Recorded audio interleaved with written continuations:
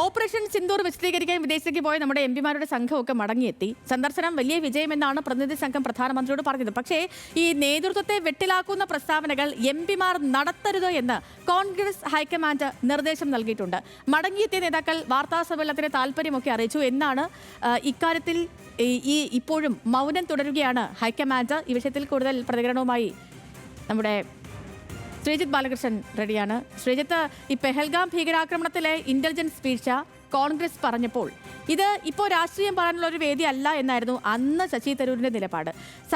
സമാനമായിരുന്നു സൽമാൻ ഖുർഷിദിന്റെയും ഒക്കെ നിലപാട്. ഇതിൽ ആനന്ദ് ശർമ്മയിൽ നിന്ന് മാത്രമാണ് ഈ തിരിച്ചെത്തിയ സംഘത്തിൽ നിന്ന് നേതൃത്വം വിവരങ്ങൾ തേടിയത് പോലും. അതായത് ഈ പാർട്ടി നൽകിയ പേരുകളല്ലാതെ കേന്ദ്രം പരിഗണിച്ച നേതാക്കളോട് ഒരു അസഹിഷ്ണുത പുലർത്തുന്നു ഹൈക്കമാൻഡ് എന്ന് വേണമോ നിലവിലെ നീക്കങ്ങളിൽ നിന്ന് മനസ്സിലാക്കാൻ?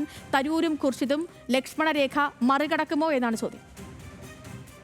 സേതുലക്ഷ്മി, അതായത് ഈ കഴിഞ്ഞ ഓപ്പറേഷൻ സിന്ദൂർ ആരംഭിച്ചത് മുതൽ അല്ലെങ്കിൽ ഇതുമായി ബന്ധപ്പെട്ട് പഹൽഗാമിൽ ഭീകരാക്രമണം നടന്നത് മുതലുള്ള കാര്യങ്ങളൊന്ന് എടുത്തു നോക്കിയാൽ പ്രധാനപ്പെട്ട ചില നേതാക്കൾ കോൺഗ്രസുമായി അല്ലെങ്കിൽ കോൺഗ്രസ് നേതൃത്വവുമായി അകന്ന് അല്ലെങ്കിൽ അവരുമായി ഒരു അകൽച്ചയിലാണ്. കാരണം കേന്ദ്ര സർക്കാർ എടുക്കുന്ന നിലപാടുകളുമായി, സൈനിക നിലപാടുകളുമായി, നയതന്ത്ര നിലപാടുകളുമായി ഒത്തുപോകാനാണ് അവർ പലപ്പോഴും ശ്രമിച്ചത്. അതിൽ ഏറ്റവും പ്രധാനപ്പെട്ട ആൾ ശശി തരൂർ തന്നെയാണ്. നമുക്കറിയാം, തരൂർ അക്കാര്യങ്ങൾ 2-3 തവണയാണ് പ്രധാനമന്ത്രി നരേന്ദ്രമോദിയുമായി ബന്ധപ്പെട്ട ഈ കാര്യത്തിൽ അദ്ദേഹത്തിൻ്റെ നിലപാടുകൾ ശരിയാണ്, അദ്ദേഹം എടുക്കുന്ന നിലപാടുകൾക്കൊപ്പമാണ് ഞാൻ എന്ന രൂപത്തിൽ പ്രത്യക്ഷമായും പരോക്ഷമായും പലപ്പോഴായി പറഞ്ഞു കഴിഞ്ഞിരുന്നു. അതിനുശേഷമാണ് വിദേശത്തേക്ക് ഒരു സംഘത്തെ അയക്കാൻ കേന്ദ്ര സർക്കാർ തീരുമാനിക്കുന്നത്. ഒരു സംഘമല്ല, പല സംഘങ്ങളാണ്, 7 സംഘങ്ങളെയാണ് അയക്കുന്നത്. അതിൽ സംഘങ്ങളുടെ നേതൃത്വത്തിലേക്ക് ആളുകൾ വേണമെന്ന് BJP അല്ലെങ്കിൽ കേന്ദ്ര സർക്കാർ ആവശ്യപ്പെടുന്നു.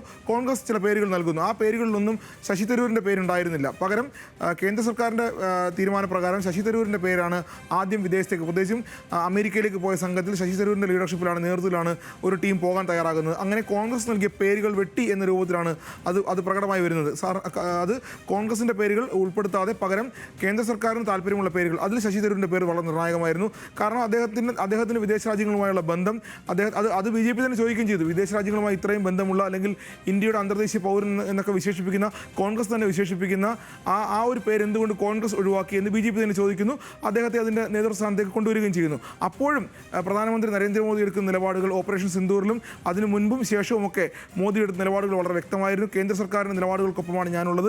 പ്രത്യേകിച്ചും വിദേശകാര്യ വിഷയത്തിൽ ഇപ്പോൾ കേന്ദ്ര സർക്കാർ എടുക്കുന്ന നിലപാടുകൾ ശരിയാണ് എന്ന് ആവർത്തിച്ച് ഉറപ്പിക്കാൻ പലപ്പോഴും ശശി തരൂർ തയ്യാറായിട്ടുണ്ട്, അത് പ്രകടമാക്കുകയും ചെയ്തിട്ടുണ്ട്. പക്ഷേ അപ്പോഴൊക്കെ കോൺഗ്രസ് അതിൽ നിന്ന് മാറി നിന്നു. അതിലേറ്റവും ശ്രദ്ധേയമായത് ജയറാം രമേശും പവൻ ഖേരയും അടക്കമുള്ള പ്രധാനപ്പെട്ട മുതിർന്ന നേതാക്കളെല്ലാവരും തരൂരിനെ കടന്നാക്രമിക്കാനാണ് ശ്രമിച്ചത്. പക്ഷേ ഇപ്പോൾ ഒന്ന് ഒതുങ്ങി നിൽക്കുന്ന കോൺഗ്രസ് നേതൃത്വം പലപ്പോഴും തരൂരിനോട് പറയുന്നതായിട്ട് നമ്മൾ മനസ്സിലാക്കുന്നത്, ഇപ്പോൾ അനുകൂലമായ നിലപാട്, കേന്ദ്ര സർക്കാരിന് അനുകൂലമായ നിലപാട്, പ്രധാനമന്ത്രി നരേന്ദ്രമോദിക്ക് അനുകൂലമായ നിലപാട് പരസ്യമായി എടുക്കരുത് എന്ന് തന്നെയാണ്. കാരണം അത് കോൺഗ്രസിൻ്റെ നിലപാടല്ല എന്ന് തന്നെയാണ്.